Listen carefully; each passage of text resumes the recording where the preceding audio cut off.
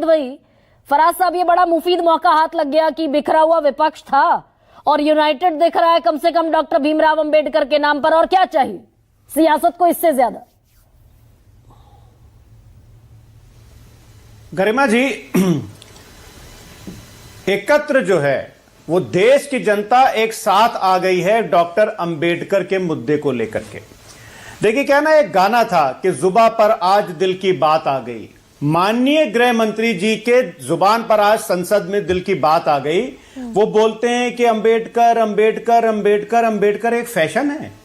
गरिमा जी, गृह मंत्री जी बोल रहे हैं कि अंबेडकर अंबेडकर अंबेडकर कहना एक फैशन है। अगर ये फैशन है, लेकिन आपके लिए फैशन होगा, लेकिन हमारे लिए तो अभिमान है, हमारे लिए तो गर्व की बात है बाबा साहब डॉक्टर भीमराव अंबेडकर, जिनको हम सीने से लगा करके चलते हैं।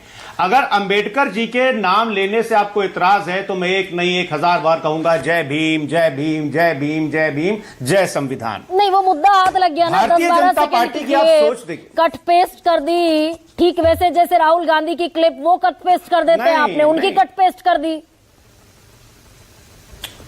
गरिमा जी 10-12 सेकंड में जो माननीय गृह मंत्री जी ने कहा वो जुबान पर उनकी दिल की बात आ गई है। ये इनकी विचारधारा है। और अगर आप 10-12 सेकंड की बात करती हैं तो भारतीय जनता पार्टी के लोग बार बार ये कहते हैं कि जब बड़ा पेड़ गिरता है तो धरती हिलती है। वो भी 10 सेकंड से ज्यादा की क्लिप नहीं होगी। ये भारतीय जनता पार्टी की विचारधारा। एक शेर है गरिमा जी, सुन लीजिएगा, कि तुम गिराने में लगे थे, तुमने सोचा ही नहीं मैं गिरा तो मसला बनकर खड़ा हो जाऊंगा। मुझे चलने दो, अकेला है भी मेरा सफर, रास्ता रोका गया अखिलेश जी का तो मैं काफिला हो जाऊंगा। नहीं, लेकिन अभी बात हो रही थी गरिमा जी प्रचंड बहुमत में है ना फराज किद भाई।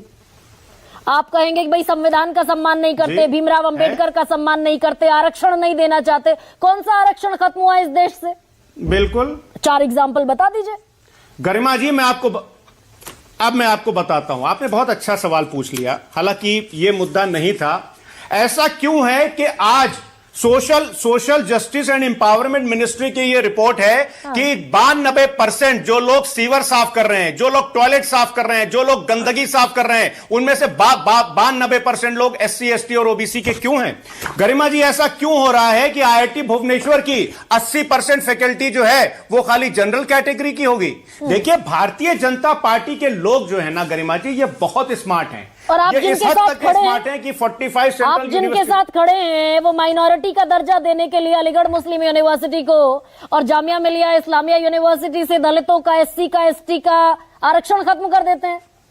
ये भी सच है ना फिर फराज किद भाई?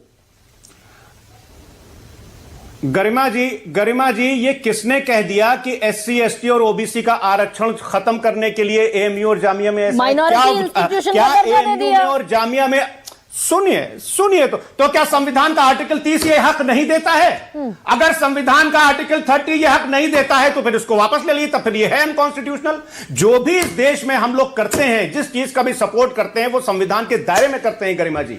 संविधान का आर्टिकल 30 बिल्कुल क्लियर कट, और सुप्रीम कोर्ट के एक नहीं, मेरे पास तो लिखे रखे, एक नहीं कम से कम 4-4 5-5 जजमेंट हैं, जिसके हिसाब से पता नहीं केरल में कोई इंस्टीट्यूट था, माइनॉरिटी इंस्टीट्यूट्स और तमाम तरह के इंस्टीट्यूट्स हैं, जिसपे सुप्रीम कोर्ट ने भी जस्टिफाई किया है। लेकिन गरिमा जी, आज अभी शाजिया इल्मी क्या बोल रही थी? पाकिस्तान की बात कर रही थी और भारतीय जनसंघ की बात कर रही थी। अरे ये लोग तो वो लोग हैं जिन्होंने मौलवी AK फजलुल हक की प्रजा पार्टी के साथ तब सरकार बनाई थी जब मौलवी फजलुल हक ने और जिन्ना ने पाकिस्तान का रेजोल्यूशन पास कर दिया था, उसके बाद इन्होंने उसमें सरकार बनाई थी। फाइनेंस मिनिस्टर थे, क्या बात कर रहे हैं? हाँ, तो हमारे अंबेडकर हैं या उनके अंबेडकर हैं, अपमान कौन करता है और सम्मान कौन करता है? रीना गुप्ता, इसमें